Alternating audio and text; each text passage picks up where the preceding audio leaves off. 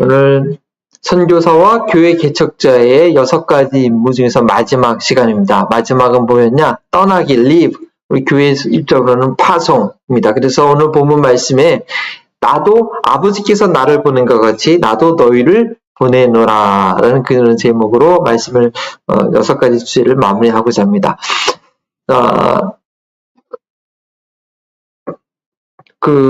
이제 자녀들이 이제 대학을 보내게 되면 이제 부모들이 이제 많이 서운하죠. 기숙사에 이제 애를 다 집 놓고 나면 대부분 울고, 저희도 두고서는 사랑이 하고 엄마가 저도 좀 약간 오는 길에 좀 많이 눈물을 흘렸는데, 일란 아카데미에 가니까 거기서 이제 대학 들어가는 학생들과 부모님들 다 초청해서 만찬할 때 이제 그 디렉터가 이렇게 얘기하더라고요.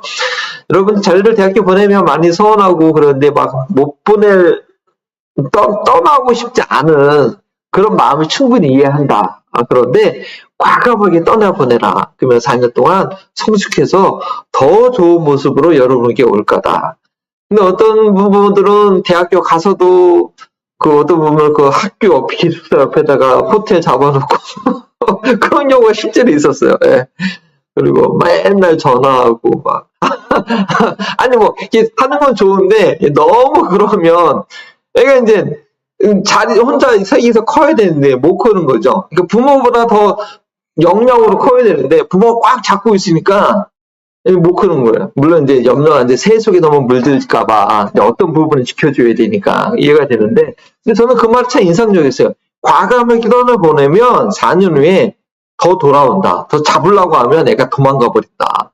근데 그분 말이 참 기억에 남아요.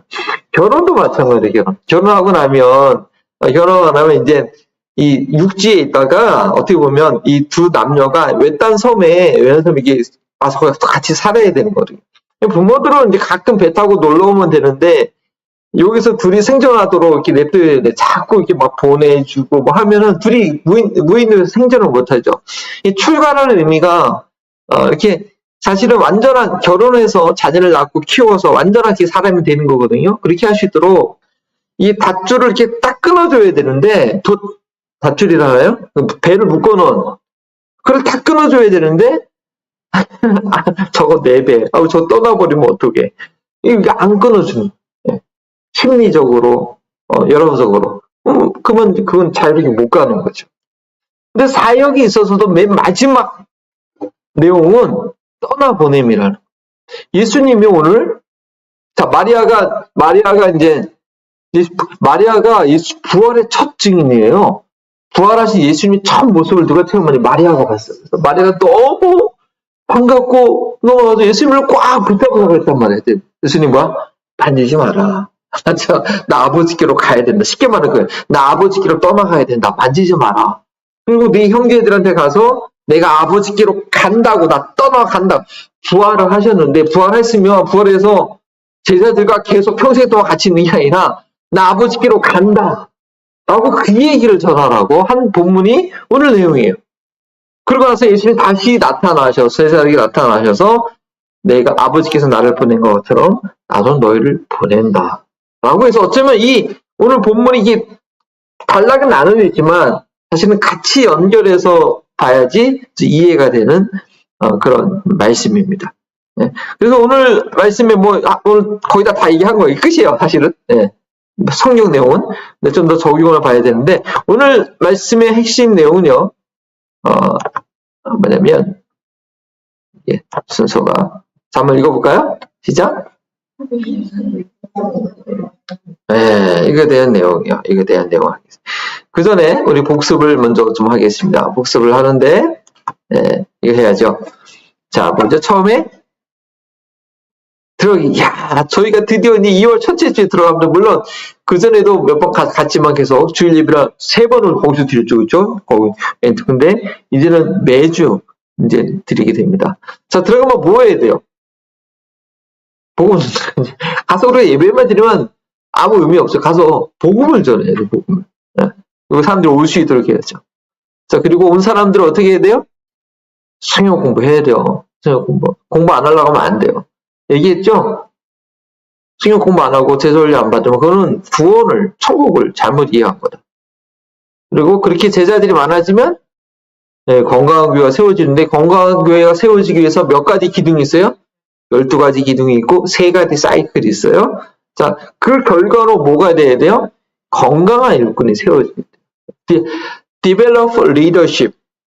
예수님처럼 섬기는 리더가 많이 세워져야지 됩니다. 그리고 세워지면 오늘 마지막으로 이제 떠나도 되는 거예요.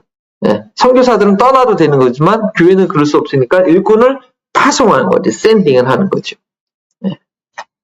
지난주 내용 우리 건강한 일꾼, 건강한 사역자를 세워지는데 이게 아무나 세우면 이게 건강한 사역자를 어떻게 세울 것인가 뭐 여러 가지 방법이 있어요. 여러 가지가 있지만 꼭 잊지 말아야 될 것은 스탠다드예요. 스탠다드 기준이. 학생을 좋은 학교가 명성을 유지하는 것은 학생을 막 함부로 받아들이지 않는 거예요. 자격이 되는 사람들 받아들여서 그들을 훈련시키는 거예요.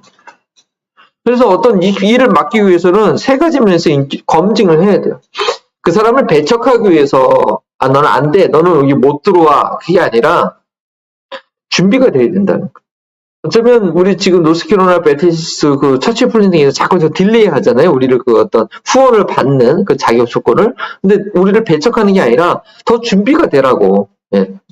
왜냐면 준비가 안 되고 후원을 받으면 낭비거든요. 그러니까 준비가 되라고 자꾸 딜레이 시키는데 이제 후원도 거의 다 이제 곧 올해는 진행이 될 것 같아요. 그러면 그래서 3가지 면에서 검증에 대한 첫 번째는 인데 인격. 다른 뭐 세상 직업 기술이나 뭐 의사나 교사나 이런 것들은 일단 능력이 중요해요. 하지만 목회는 교회는 뭐가 능력이냐? 사람을 변화시키는 게 온전한 하나님의 사람이 되는 게 능력이에요, 사실. 그래서 든든한 인격이 되게 중요해요, 인격. 그 사람의 성품. 아무리 믿음의 경륜이 많고 신학을 많이 공부했고 능력을 행해도 예수님께서 난 너 모른다 라고 말씀하셨잖아요. 그럼 교회 전체가 그런 사람이 교회 리더가 되면 교회 전체가 예수님께 외면당해요. 목회자의 인품, 집사의 인품, 가정, 사람의 됨됨임, 인간관계, 관계를 얼마나 잘하느냐 너무 중요해요. 그래서 저는 너무 아내한테 너무 감사해요, 사실은. 그래서 그런 면에서는 전혀 문제가 없어요, 사실은. 저는 좀 문제가 있지만 이게 가장 중요한 거예요. 두 번째는 지식, 알아야 돼요. 여기서 지난주 내용을 너무 많이 지식, 세탁소 경험하다 보니까요, 이 기계를 제대로 모르면 운영을 못해. 교회도 사역도 많이. 일단 알아야 돼요. 오늘 되게 중요한 본문인데 이거 어려운 본문이에요. 근데 이거를 많은 사람들이 해결을 하려고 여러 가지 의견이 있지만, 저도 오늘 제 이야기, 제가 다 맞다는 건 아니에요. 하지만 그 메조리티 의견은 그 의견이더라고요. 그래서 오늘 본문을 어떻게 이해할지 제가 설명을 드릴 거예요. 근데 그걸 설명할 수 있는, 이해할 수 있는 이해력이 있어요. 성경을 가르칠 수 있는 지식이 있어야 돼요. 내용을 잘못 모르면, 우리 목사님 건강도, 그 목사님 어떻게 건강을 할 건가, 변비를 어떻게 해결하는가 정확하게 알아야 되는데, 그 내용을 잘못 알면 너무 손해보는 거야, 자기 몸이. 어떻게 해야지 변비를 해결할 수 있는지, 또 물을 어떻게 마셔야 되는지, 건강한지, 이거를 정확하게 알면, 근데 왜 그러냐? 정확한 지식이 없어서 그래요. 우리 건강 유지하는 것도. 지식이 중요해요. 그리고 그 결과로 행할 수 있어야 돼. 또 행하지 못하면 능력이 없으면 그것도 문제예요, 사실. 됨됨을 가지고 잘 알고 행할 수 있는 능력이 있어요. 예수님도 제자들한테 능력을 줬어요. 자, 그렇습니다. 이게 지난주 복습 내용이었고요. 새로운 내용 보겠습니다.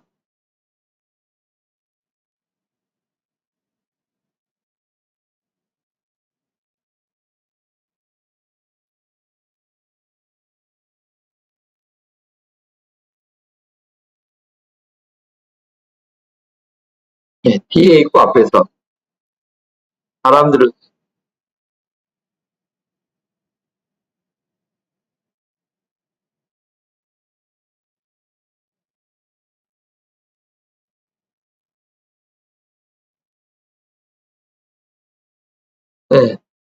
영어 타이틀은 Accept to Partnership이죠, 그렇죠?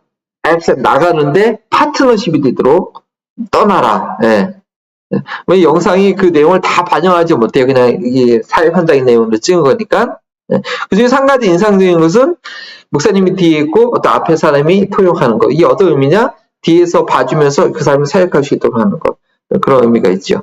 또 보면 둘씩 한 사람이 있고 뒤에서 봐주고 이런 그런 좀 내용이 의미가 있습니다. 자, 요거 하기 전에 성경 본문 내용을 좀 이제 설명을 드리겠습니다. 이게 난해 구절인데요. 왜 예수님 17절에 왜 예수님은 마리아에게 부활한 몸을 만지지 말라고 했을까? 영어 원어에는 터치예요. 터치. 터치. 근데 번역할 때 새 개혁 개정에는 옛날 성경에는 개혁 성경에는 만지지 말라. 그냥 원문 그대로 썼어요. 근데 개혁 개정에는 좀 바꿔서 붙잡지 말라로 바꿨죠. 영어 성경은 뭐라고 돼 있어요? 어떤 NIV 같은 건 홀딩 하지 말라. ESV는 그냥 touch, 클링? 영어로 어떻게 클링? 클링은 붙잡는 거죠. 근데 사실 원어적으로는 터치하지 말라. 만지지 말라 했어요. 네. 근데 그 이유에 대해서 뭐라고 해요? 내가 아버지께 아직 올라가지 아니하였다. 네. 근데 이 문장을 표면적으로만 보면은 우리가 그냥 그렇게 이해하는 거. 예수님께 부활하게 하셨는데 아직 하나님 보좌 옆에 하나님 뵙지 못해가지고 지금 만지면 안 되는 건가? 그렇게 이해하기가 충분히 쉬워요. 근데 그렇게 이해하면서 이해가 안 되는 게 그 다음에 27절에 뭐예요? 27절에서는 봐서 도마한테 내 손을 만져보라고 그러거든요. 네. 그러면 이걸 어떻게 해석해야 되냐? 마리아를 만났을 때 아직 하나님 뵙지 못하고 하나님 뵙고, 그러니까 그때의 부활의 몸은 아직 이게 흐물흐물한 아주 완전체가 아니고, 이제 하나님 더 얼굴 보고 딱 나면 이제 완전한 부활의 몸이 돼서 다시 제자들한테 와가지고 이따가 40 후에 다시 올라가셨나? 그렇게 해석할 수밖에 없어요. 근데 그거는 성경 어디에도 예수님의 부활이나 승천에 대해서 구약도 암시되는 그림자가 있고 신약의 내용이 있는데 그런 식으로 설명은 안 하거든요. 사실은. 승천은 한번 승천한 거지 갔다가 또 다시 내려오고 이거는 좀 교리적으로 이게 앞뒤가 안 맞는 내용에서 그렇게 해석하기는 어려워요. 이 구절을. 자, 예수님은 그렇기 때문에 이 17절과 18절은 어떻게 봐야 되느냐? 왜냐면 예수님이 하나님 보좌 우편에 가셨다가 승천이죠? 그 다음 다시 재림하면은 이 세상 역사가 완전히 끝나는 거거든요. 근데 왔다가 다시 내려왔다? 이 말이 안 되기 때문에 그렇게 해석이 안 된다는 거죠. 그래서 이 구절은 예수님께서 부활할 첫 증인 마리아한테 부활의 참된 의미를 설명해 주고 있는 상황이라고 봐야 된다는 거죠. 이 땅은 어떻게 돼요? 이 땅 나중에 어떻게 돼요? 베드로서에 보니까 이 땅과 하늘이 다 불로 심판받아요. 뭐죠? 핵포탄 때문에 지구가 멸망한다는 정말 사실인지 모르겠지만 그냥 불로 이 땅은 심판받을 땅이에요. 이 땅은 영원한 땅이 아니에요. 근데 부활하신 예수님께서 부활의 몸을 가지고 이 땅에 영원토록 있을 이유는 없는 거죠. 부활의 몸을 가지고서는 없어질 땅에 거하는 것이 아니라 새하늘과 새 땅에 거하셔야 돼요. 근데 예수님께서 이 부활의 몸을 가지고 이 없어질 땅이 며칠 동안 있었죠? 사도행전을 보면 40일 동안 제자들하고 같이 있었어요. 부활의 몸을 가지고. 근데 이거는 단 한 번밖에 없는 유일한 아주 신비한 사건이에요. 그러니까 예수님께서 오늘 20절에 보니까 제자들이 유대인들이 들어와가지고 안식일 첫날 주일 저녁에 이 문 꼭꼭 닫고 있었는데 예수님이 한가운데 왔다는 거예요. 그냥 이 문을 통과해 버린 거예요. 부활의 몸은 그런 거 신비한 거. 그러니까 원래 이 부활하신 예수님이 이 땅에 있지 말아야 되는데 떠나기 전에 제자들과 40일 동안 하나님 나라에 대해서 부활의 몸을 가지고 또 제자들을 더 완벽하게 다시 한번 가르치신 거죠. 그러니까 예수님이 40일 동안 부활의 몸을 갖고 있었던 건 되게 이례적인 유일한 신비한 사건이에요. 우리가 부활의 몸을 가질 때 언제 부활의 몸을 가져요? 예수님 다시 오실 때. 그러면 죽은 자들이 이런 부활의 몸이 일어나죠? 그때 살아있는 자들은 순식간에 훌륭한 몸으로 누에 고치가 나비로 변화하듯이 싹 바뀌어요. 그리고 그러면 이 땅은 더 이상 옛날의 땅이 아니에요. 새하늘과 새 땅. 이 땅은 다 없어져요. 그러니까 우리들이 부활의 몸을 가질 때는 완전한 세상에서 있게 돼요. 근데 예수님은 부활의 몸을 가졌음에도 불구하고 이 땅이 썩어질 땅에 있었던 거예요. 그러니까 문이나 이런 것도 그냥 통과해버리고, 엠마오 제자들과 같이 있다가 순식간에 예루살렘으로 와버리고, 그러니까 이 불완전한 세상에 부활의 몸을 갖고 있을 때는 시공간을 초월하는 그런 신비한 몸이죠. 우리 인간으로 볼 때는. 그런 상황이라. 그래서 예수님께서 마리아에게 자신을 붙들지 말라, 만지지 말라고 말한 것은 예수님께서는 예전처럼 그들과 이 땅에서 계속 있기 위해서 부활한 것이 아니라 것을 가르쳐 주는 거죠. 그래서 부활하신 예수님께서는 아버지께로 가야만 했어요. 네. 그래서 내가 아직 아버지께로 올라가지 않았노라. 날 붙잡지 마라. 나 아버지께 아직 올라가지 않았다라는 말하는 것은 내가 아버지께로 가야만 한다는 것이 아주 강한 표현이죠. 나 지금 잡으면 안 돼. 나를 잡아서 이 땅에 있게 하지 마. 난 아버지께 가야 돼. 그런 표현이고, 다시 한번 표현하면, 마리아야, 나를 붙잡지 마라. 나는 아직 아버지께로 가지 못했다. 대신에 너는 가서 제자들에게 내가 아버지께로 간다라고 말해 주어라. 부활의 소식을 제자들한테 전하는데, 예수님 다시 살아나셨다. 예수님 다시 살아나셨다. 지금 우리가 함께 계신다. 이렇게 얘기하는 게 아니라, 부활했는데 어떻게 해요? 아버지께로 가야 된다고 얘기해야 돼요. 왜냐? 이거는요, 부활을 오해하지 않도록. 예수님 다시 살아났으면 이제 우리랑 계속 같이 있겠네? 그렇게 오해하지 않도록. 예수님 부활하신 예수님은 아버지께로 떠나가야 되는 거예요. 왜 그래요? 요한복음 14장에 그랬잖아요. 14장 몇 절이에요? 14장 3절에 내가 아버지께로 가서 너희의 거할 처소를 준비하겠다라고 했잖아요. 그리고 15장 7절에도 내가 가야지 누가 온다? 성령이 오신다. 예수님 부활하셔서 가셔야 돼요. 그거를 잊지 말라고 마리아한테 첫 부활의 소식을 내가 아버지께로 간다라고 얘기했다라고 볼 수 있는 것이죠. 그런데요, 더 중요한 것은 뭐냐? 21절 내용, 21절. 예수님께서 아버지께로 가셔서 이 세상에 더 이상 계시지 않는 대신 뭐예요? 하나님 아버지께서 나를 보내신 것처럼 나도 너를 세상에 보내겠다. 아버지께서 나를 세상에 보내신 것처럼 제자들도 예수님을 세상에 보내시겠다는 것입니다. 예수님께서 이 세상에 남아 계시면서 제자들을 보내는 것이 아니라 예수님이 이 세상에 계시지 않고 떠나면서 떠나는 동시에 send 제자들을 세상에 보내겠다는 거예요. 그래서 이것이 바로 그렇게 함으로써 예수님은 그 사명을 완수하신 거죠. 예수님의 사명은 세상을 떠난과 동시에 부활 승천하면서 떠난과 동시에 제자들을 세상에 보냄으로 사명을 완수한 거예요. 그래서 이것이 바로 우리 교회 개척자와 선교사들의 궁극적인 사역의 목적이라는 거죠. 떠남으로 보내는 것. 선교사들이 그러니까 우리 한국에 왔던 선교사님들이 한국에서 열심히 선교했어요. 그 다음에 나중에 어떻게 해요? 결국 다 다시 본국으로 돌아와, 대부분. 그래서 여기 블랙 마운틴에 거기 선교사님들 마을이 있어요. 은퇴하신 분들 다 한국에서 사역했던 선교사님들은 대부분 다 거기서 모여서 우리 빌리 그레암 참모님, 루터 그레암이 자기가 이제 경험이 있어서 특히 한국 선교사님들 다 거기서 한국에서 수고했던 선교사님들을 다 거기서 노후를 보낼 수 있다. 그렇게 시설을 마련했죠. 근데 그 선교사님들 나 한국이 좋아하고 한국에 계속 남아 있으면 어떻게 돼? 그럼 한국교회는 자립을 못해요. 선교사님이 자리를 비켜줘야지 한국에 있는 자체의 목사님들과 교회가 이제 자립을 해서 이제 할 수 있게 되는 것이죠. 자, 그래서 이것을 이 예수님의 사역, 예수님 부활 승천하시면서 제자들을 파송한 사역을 보면서 우리가 어떻게 적용해야 되느냐?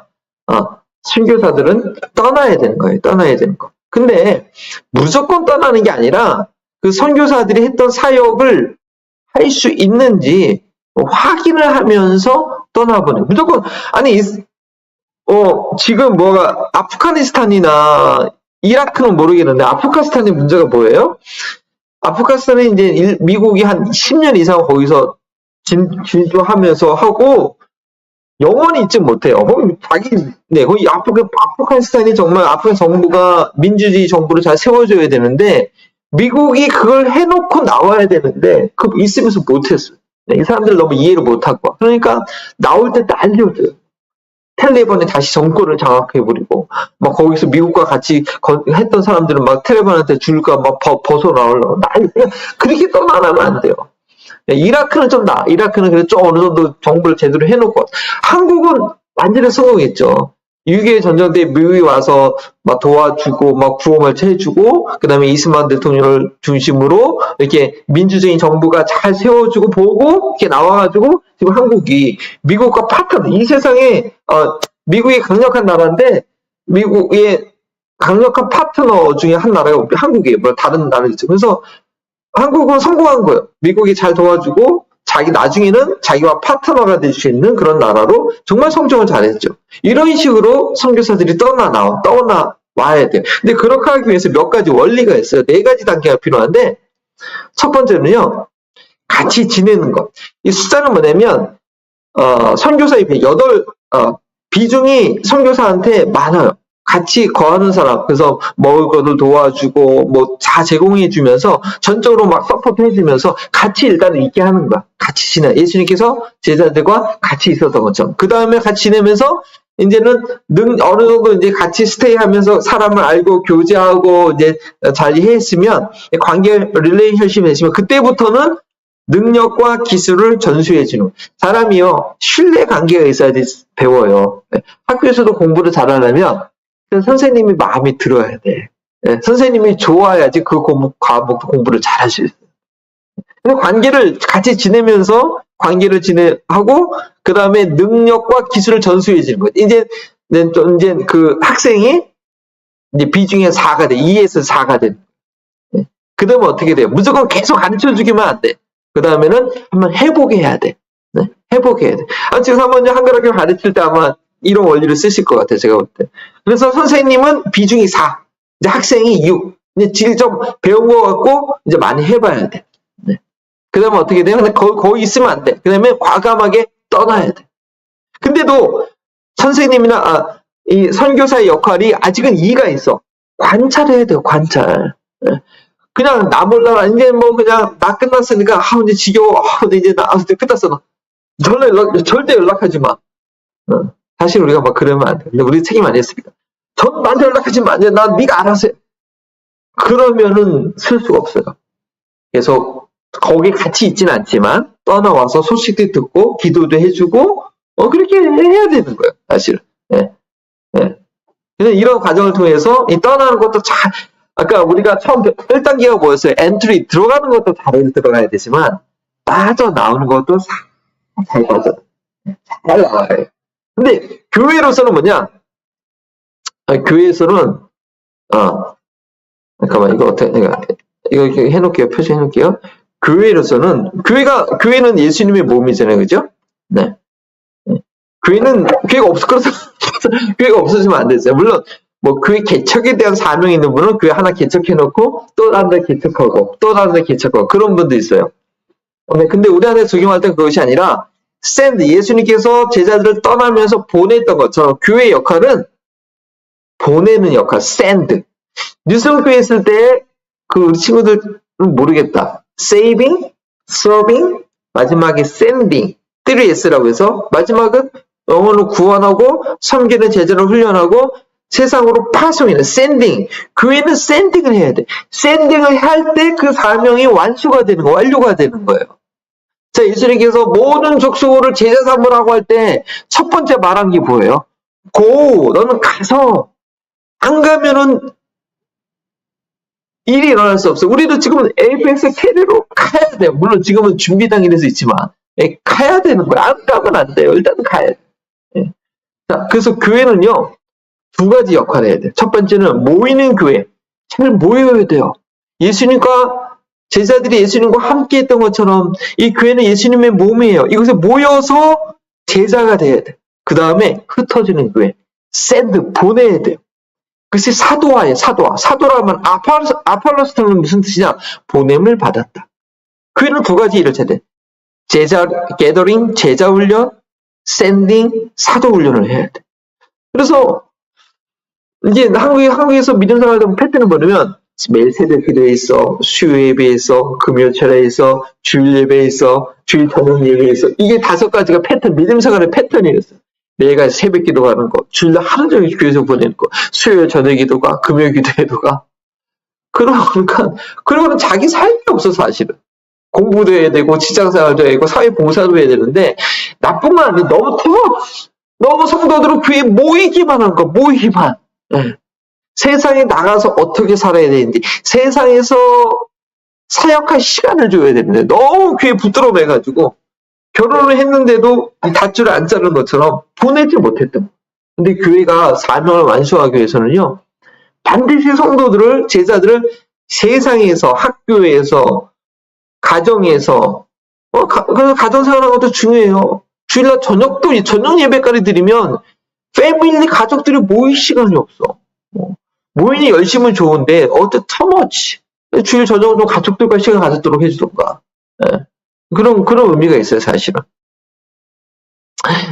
그 세탁소를 운영하다 보니까 영적인 원리를 많이 배우게 돼요. 옷을 빨고, 옷이 기계가 드라이 클리닝 하는 거. 근데 또 한 가지 배운 게 뭐냐면, 옷을 안 찾아가요, 사람들이. 네. 그래서 제가 뭘 붙였냐면, 레이트 피거 피를 부과했어요. 한 달 동안이나 보관해줘. 근데 한 달 동안 안 들어서 안 찾아가면 하루에 1불씩 레이트 피 차지가 붙어. 맥시멈 30불까지. 2달 지나면 딴 데 돈 도네이션 해버리고. 왜냐면 세탁소 옷이 한 겹인데 옷을 맡기고 다 빨았는데 안 찾아가. 그 사람들 많아요. 마찬가지. 우리도 교회 와서 제자훈련 받아서 말씀을 통해서 우리 영혼이 깨끗해졌어. 깨끗해졌어요? 그러면 세상에 나가서 사명을 감당해야 되는데 안 나가. 옷을 다 깨끗이 빨아놔서 준비해놨는데 안 찾아가. 찾아가서 입고 멋지게 해서 사회생활을 해야 되는데 그걸 안 해. 그 옷을 세탁소에 맡겨버리고. 그 사람들은 fine, late fee를 적용을 해야 돼. 우리 그리스도인들도 교회에서 말씀 배우고 예배 드리면요, 그 배운 대로 깨끗해지는 말씀 예배를 통해서 영혼이 깨끗해지는 것이 아주 깨끗해지는 시간이에요. 그래서 주일 예배 드리는 게 너무 중요해요, 사실은. 아닌 것 같지만 주일 예배 안 드리고 이렇게 말씀 안 배웠으면 영혼에 때가 생겨. 1주, 2주 빠지면 이제는 하나님 관계가 때가 너무 꽉 차가지고 빨래해도 막 때가 안 지워지죠. 네. 그게 됐으면 이제 세상에 나가야 돼요. 그래서 적용이 중요해요. 우리는 주일 예배 드리고 나는 학교로 또 가정으로 내가 만나는 사람들 거기서 주님께서 나를 보내셨다 라는 생각을 가지고 교회에서는 늘 그걸 가르쳐야 돼요. 여러분 세상으로 나가셔야 됩니다. 역할을 하셔야 됩니다. 이런 거죠. 구체적으로 어떻게 해요? 선교지. 예. 선교. 그리고 지역사회에 같이 하는 거죠. 각자 개별적으로 직장이나 가정에서 샌딩을 감당해야 될 게 있고 또 교회적으로 같이 해야 될 것이 있는 것이죠. 그래서 올해는 우리 유스 친구들 꿈을 가세요. 단기 선교. 오늘 같이 얘기해요. 예산도 세워놨어요. 예. 준비를 해야 돼. 교회에서 반은 대주지만 반은 알아서 펀드메이징 하던가 뭘 하던가 편지를 쓰던가 반은 다 본인들이 준비해야 돼요. 그래서 그 준비 나가야 돼요. 또 지역사회로 나가야 돼. 네. 교회는 자꾸 성도들을 교회 안에만 가두는 것이 아니라 그러니까 그래서 이제 구체적인 설교의 적용이 필요하다는 거죠. 설교에서 구체적인 적용이 없으면 나 그래서 어떡하라고. 이번 주에 이런 말씀이 있으면 내가 직장에서나 나의 인격이나 나의 삶이나 나의 관계들이나 어떻게 해야 되는가 구체적으로 이제는 이렇게 살아야 됩니다. 알려줘야 돼. 그것이 바로 교회가 보내는 역할을 잘하는 거죠. 네. 그래서 교회 안에서는요. 교회 사역이 완전히 완성을 이루기 위해서는 늘 샌딩, 보내는 사역이 있어야 된다는 것입니다. 자, 오늘 말씀을 정리하면 자, 핵심 주제는 뭐였죠? 핵심 주제는 사역은 언제 완성된다? 사역은 어떻게 완성된다? 네. 예, 감사합니다. 사명은 떠나 보냄. 네. 네. 근데 중간에 떠나는 것도 중요해요. 보냄만 하지 않고 떠나 보내는 거죠. 네, 떠나 보냄으로. 교회적으로는 교회가 건물을 떠날 수 없으니까 재량권을 주는 거예요. 알아서 하도록. 네. 목사님이 모든 걸 다 컨트롤 해가지고, 이거 디테일링 다, 계획도 다 짜주고, 일일이 이거 매니지만 그러면 안 돼. 그러면 성도들이 자라날 수가 없어. 그거는 처음에 훈련할 때는 그렇게, 어떻게 해요? 6대4 비율로, 가르쳐주고 6대4로. 그 다음에 어떻게? 비율이 그 다음에 이제 바뀌어야지. 이쪽으로. 예, 학생이 할 수 있도록. 근데 완전히 관찰하면서. 그렇게 되는 거죠. 예수님께서 어떻게 하셨다? 아버지 귀로 간다. 그러면서 세상에 보낸 것입니다. 네, 기도하겠습니다.